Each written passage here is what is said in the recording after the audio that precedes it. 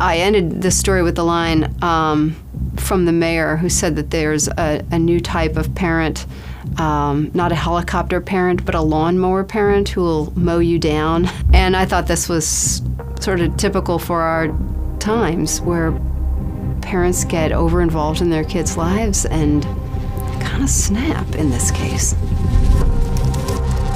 My name is Katy Vine. I'm a staff writer at Texas Monthly, and I wrote the positively true adventures of the Kilgore Rangerette Kidnapping Mom.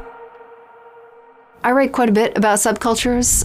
Anytime you find people who are obsessed about a topic, the rules of their life are turned all on this thing that they care about.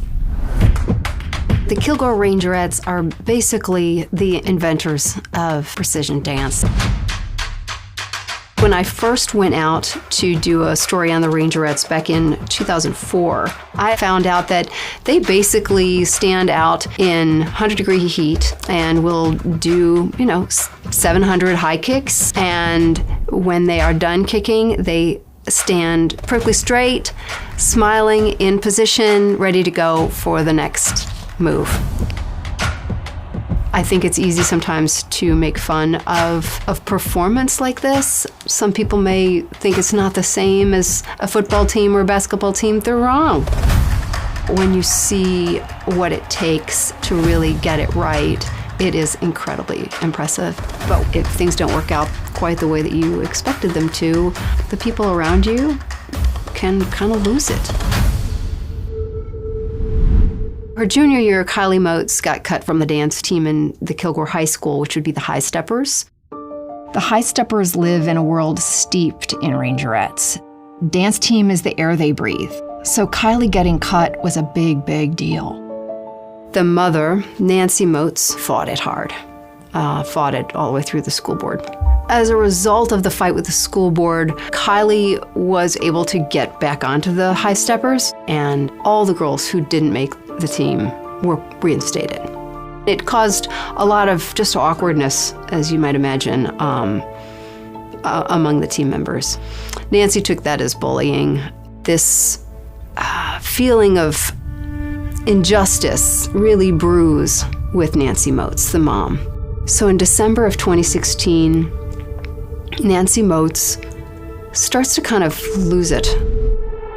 She decides that she is going to start to go after some of the people who've maybe bullied her daughter, resulting in her dressing up in a wig and showing up at Dana Blair's house, the director of the Rangerettes. Something Dana Blair didn't know when she answered the door was that Nancy Moats had in her pocket a gun and a roll of duct tape.